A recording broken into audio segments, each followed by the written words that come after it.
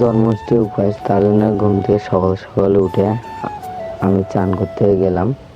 এই আমার বাড়ির পাশে একটু পুকুর আছে, পুকুরে গেলাম সকাল সকাল। পুকুরে গোসল করার জন্য তো ভাই কিরকম একটা লাগে, তার জন্যে প্রথমে নামে সাঁতার কাটলাম। সাঁতার কেটে ডুব দিয়ে গাও ধোয়া শেষে আমি উঠেছি উঁচা নামা তো। ওঠার পর আজ আমি বাড়ি একটা ছোট করে একটু বাড়ি খেতে যাচ্ছিলাম তো।